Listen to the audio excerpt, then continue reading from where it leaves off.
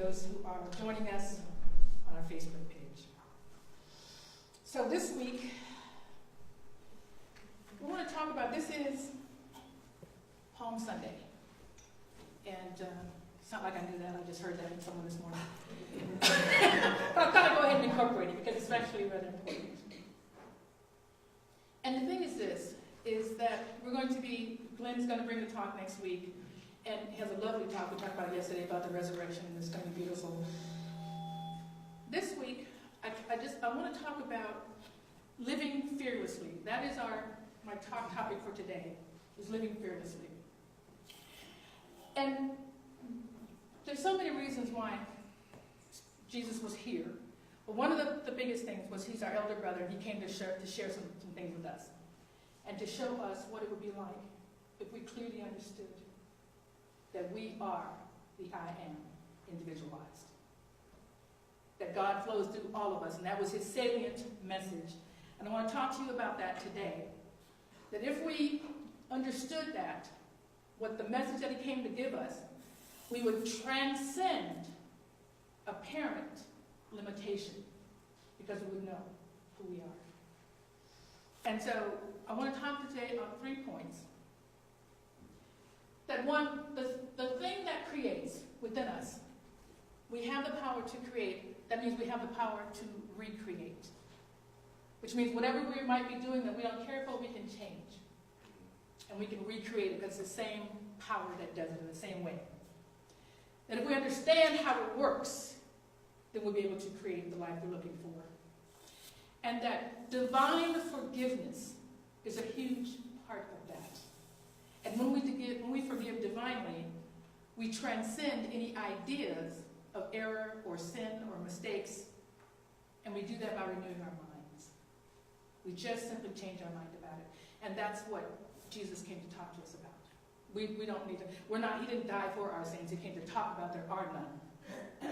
There are none. We're simply looking at our limitations and looking at and understanding the fact that we don't have any. We actually don't have any. It's a concept in our own minds. So, the first point, the creative principle. All creation, everything that we do is a result. Everything that we think about, everything that we see right here, this camera, everything that we see is a result of someone's thought. Everything begins in the mind of God. And we talked about that at the beginning there was God, and God had the word, spoke the word. And so I'm always talking to you about declaring your word because it's powerful. And it all begins with a thought. So creation begins with a thought, and what we manifest is a result of that. So cause and effect. Cause being the mind, our minds, and the effect being what we manifest is important for us to understand. But the thing is this, is that we get what we're looking for. So the question becomes, what are you looking for? How do you look out into the world? And it's all good. However you see it is correct for you. You understand that? You get to see and perceive the world how you wish to perceive the world. I have people telling me all the time, my God, you always look with rose-colored glasses. That may be true, but what's wrong with that? Because whatever you look for, whatever you're looking with, is what you manifest. It's in your mind. And our minds are powerful. So I want to think about, where is the joy? For me, when I look at the positives, when I look at what is possible, when I look at you and I see God, because that's what I'm looking at, then my life is full of joy. Our lives were meant to have joy. So I had this fear of flying. It's really kind of crazy because I love to travel. And at one point, to get over it, I was thinking about becoming a stewardess. And I'm like, yeah, hello, how crazy is that? So I'll be panicking and sitting in the chairs with the clients, when it gets rough up there. But I just thought, the more you fly, maybe the more you understand it, you wouldn't worry about it. Well, I have no fear of flying anymore. The thing is this, I understood it was my perception, right? Because how many people fly? How many people are afraid of flying? And how many people love to fly and can just get on the plane and just have a drink and just read their book? And so the fear was my own. It wasn't necessarily real. And I had to take a look at why is that and what's going on, and I changed that. I had that fear with me when I began to think about flying, I'm building up the fear. Getting to the plane, my mouth is getting dry, getting headachy, right? Getting all panicky. When they start rolling, I'm ready to stop the plane. I mean, it was really crazy. It was really crazy. But I knew that I wanted to fly and go all over the world in different places, and I just wasn't going to let that stop me. And I didn't want to show up just dead tired because I was just so frightened the whole time, and it was exhausting. And we talked about this morning, that whatever it is, whenever you are ready, and there is no negative about getting ready, it just takes whatever it takes for you to be prepared and ready to make a declaration. Because when you declare your life, Spirit is ready to give it to you, and in fact, it's on the way. The moment you declare it, you can't declare it until you're ready, until you know that that is going to be your life. So I was ready to declare, I am fearless when it comes to flying. I'm fearless, and I was ready to do that. So I just changed my mind. I just simply changed my mind. How I changed my mind was I set the intention to fly fearlessly. And what I did, the trick for me was simply envisioning myself at the end of the flight. Right? If I could envision myself having fun in the place where I was going, my vision took me to it. And then I was just enjoying it. I was having a good time. It was really a simple thing. But for me, that's what worked. I just saw myself frolicking on the beach or wherever I was going, just having fun with my kids. If I was going to Colorado, I saw the end journey. And I just thought, okay, well, I wouldn't be able to see the end journey if I was going to be there. And that helped me release it. I also just put success in my way, so I bought tickets. Right? You can't get over the fear of flying if you're not actually flying. Right, that has to happen. Yes, you have to do it. So I actually, changed my mind. I set my intention. I convinced myself otherwise. I just convinced myself. That's how we got it, because I had an intention, and I wanted that to happen, and that's what we get to do. It's in our minds. We get to change our minds. Whatever we want to do, however we get to do it, or want to do it, and all that information came to me when I said, I'm ready to release this fear of flying. Then how to do it, all those things came to me. I didn't know how to do it before I set the intention. That's how powerful it is. So, however we look at our lives, whatever our thoughts are, is how we bring it. How it works. That's the same power that creates, recreates. We're not stuck. We get to change our minds at any time. And part of it is this. It says, why change our minds? Sometimes we feel like, I said I was going to do it, and I just need to be a person of my word and just get that done. But sometimes things change. Sometimes you get into it and you see it's not what it was. We get to change our minds. Perhaps it's no longer serving us, and that's okay too. So we get to change our minds. This isn't something, this is about cause and effect. Boom.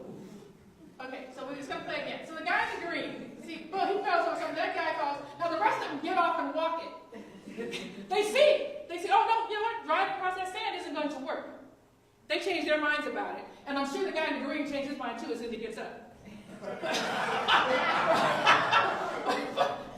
but cause and effect, that's what that is.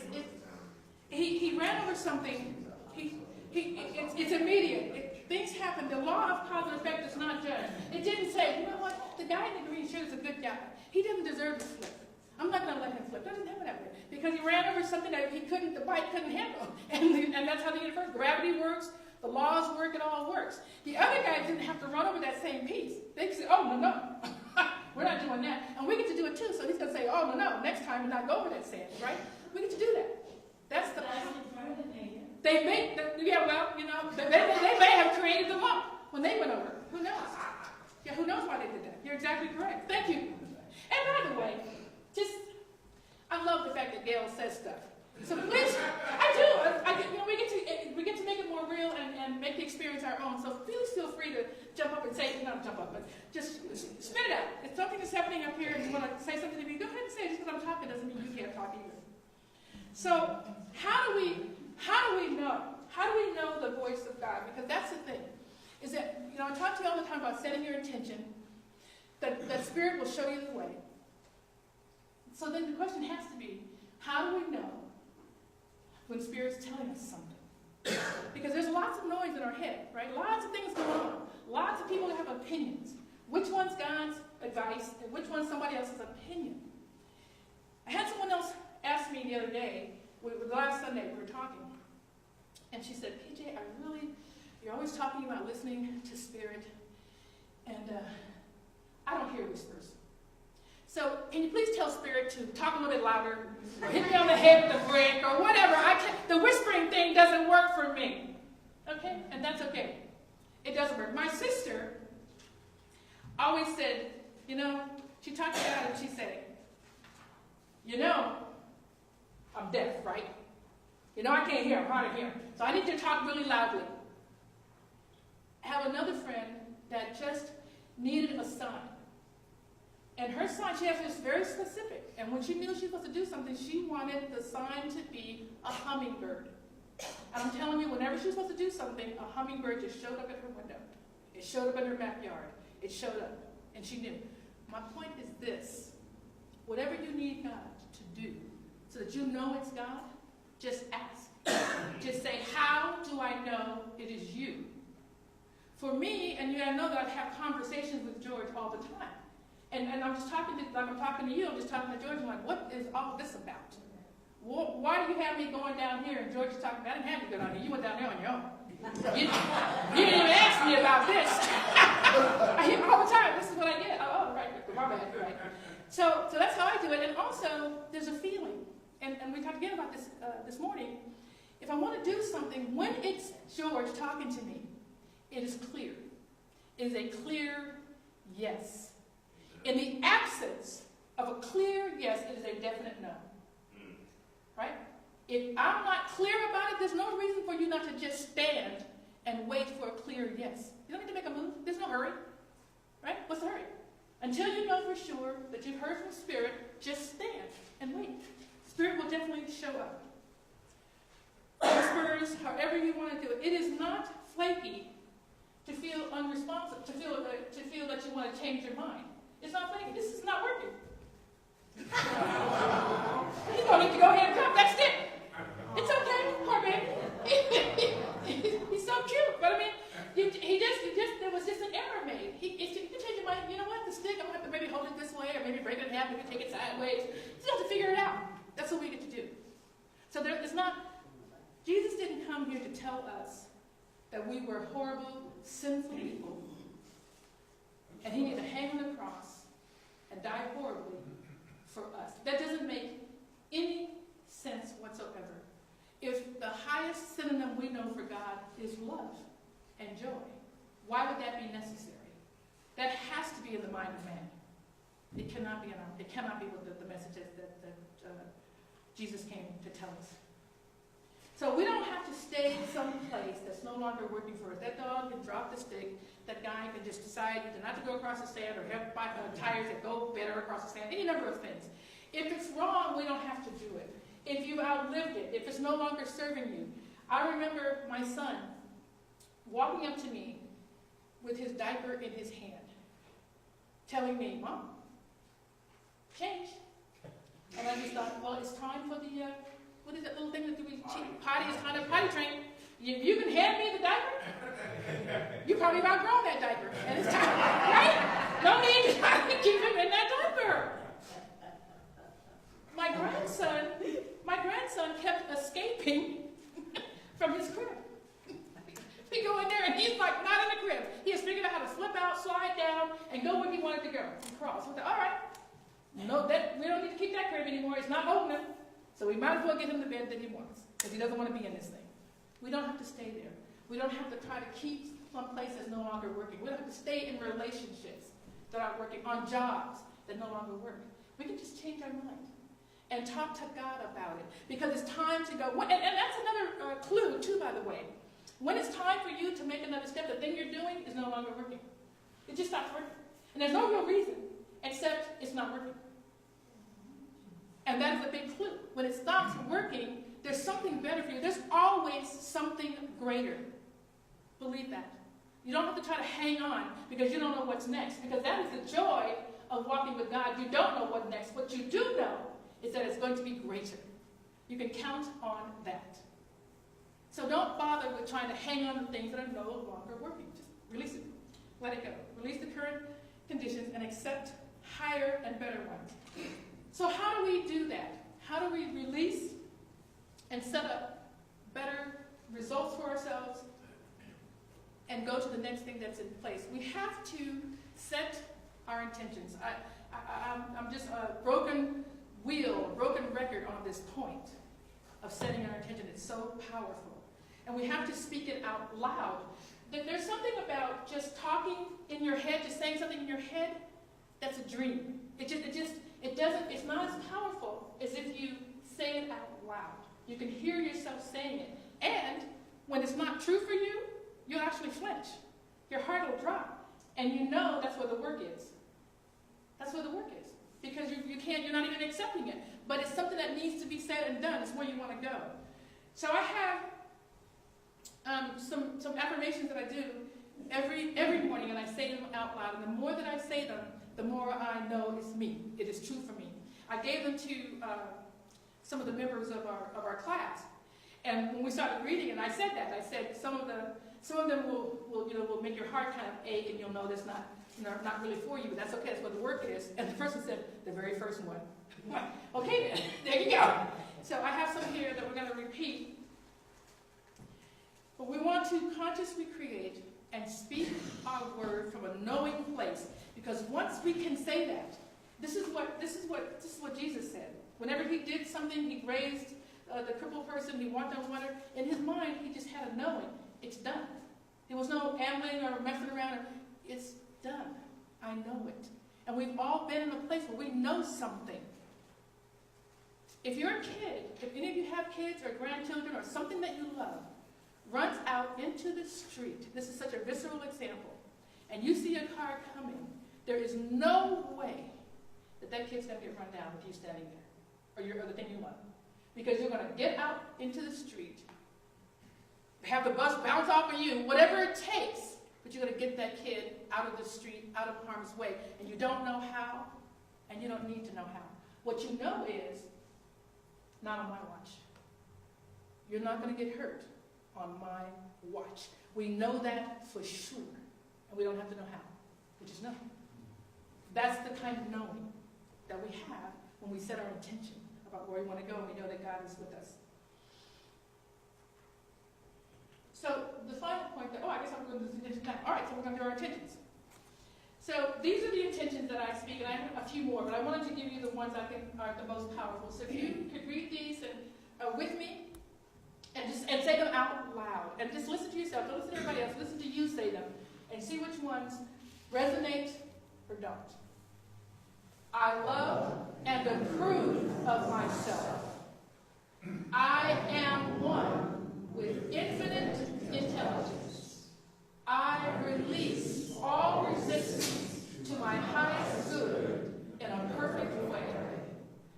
I gratefully receive that which is by grace my divine inheritance. I always receive divine inspiration. I make right decisions quickly. Everything always works out for me. I move forward in life freely and easily. I give thanks for this perfect day. I forgive everyone in my life. I release them to divine joy. Okay? I have copies of those for anyone who'd like to have those to take with you, and you can take a look at and see which ones.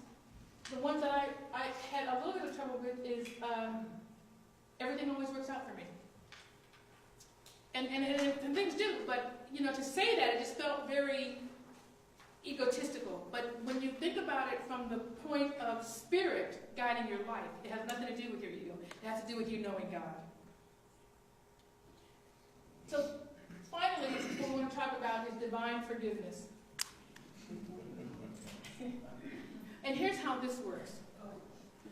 When you look at whoever you're talking to and whoever you need to forgive, and you recognize that you are God and they are God, I honestly don't believe that anyone is intentionally trying to hurt you.